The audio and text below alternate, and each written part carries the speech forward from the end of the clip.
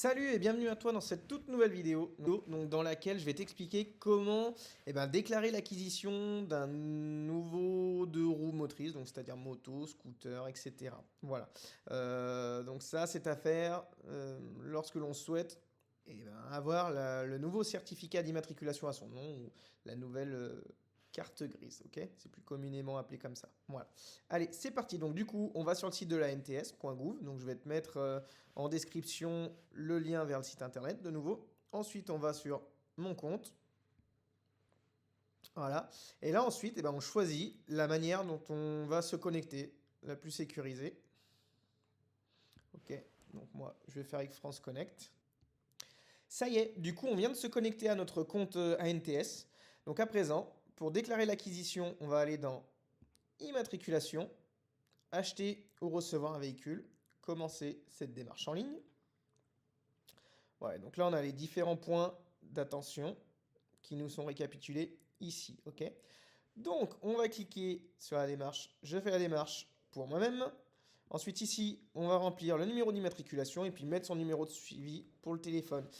Avez-vous un code de cession? Donc, il faudra bien mettre oui. Alors, prudence, hein, le code de cession, c'est bien de l'avoir lorsque tu récupères le véhicule, que le vendeur l'ait fait avec toi sur son compte ANTS. À la fin, en fait, ça te donne un code rouge. Donc, voilà, bien prendre en photo ce code rouge. Et c'est là qu'il faudra le préciser ensuite ici. Ok?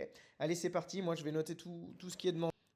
Ok, donc ensuite, là, dans cette seconde page, je vais pas te montrer, mais tu as un récapitulatif de tout ce qu'a mis le vendeur. Donc, c'est-à-dire mes coordonnées, donc mes coordonnées postales, mon identité, mon lieu de naissance, ma date de naissance également. Donc, tu vérifies bien que tout est ok de ce côté-là. Et ensuite, tu fais étape suivante.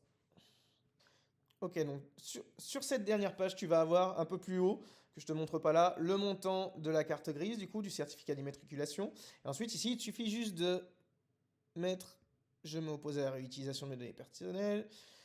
Je certifie que le vendeur du véhicule concerné par la présente démarche m'a remis le certificat d'immatriculation correspondant, barré, patati patata. Je certifie sur l'honneur et domicilié à la nouvelle adresse enseignée. J'ai bien pris connaissance que les fausses déclarations et l'usage, c'est pas bien. Je certifie sur l'honneur être détenteur d'une assurance pour mon véhicule. Je certifie sur être dans l'un des deux cas, procès verbal, contrôle technique, ok. Et je certifie sur l'honneur être détenteur d'un permis de conduire conforme à la catégorie. Ensuite, on fait valider. Et voilà, donc ensuite, tout de suite après, tu vas avoir une demande de paiement, tu sais, comme si tu effectues un achat en ligne.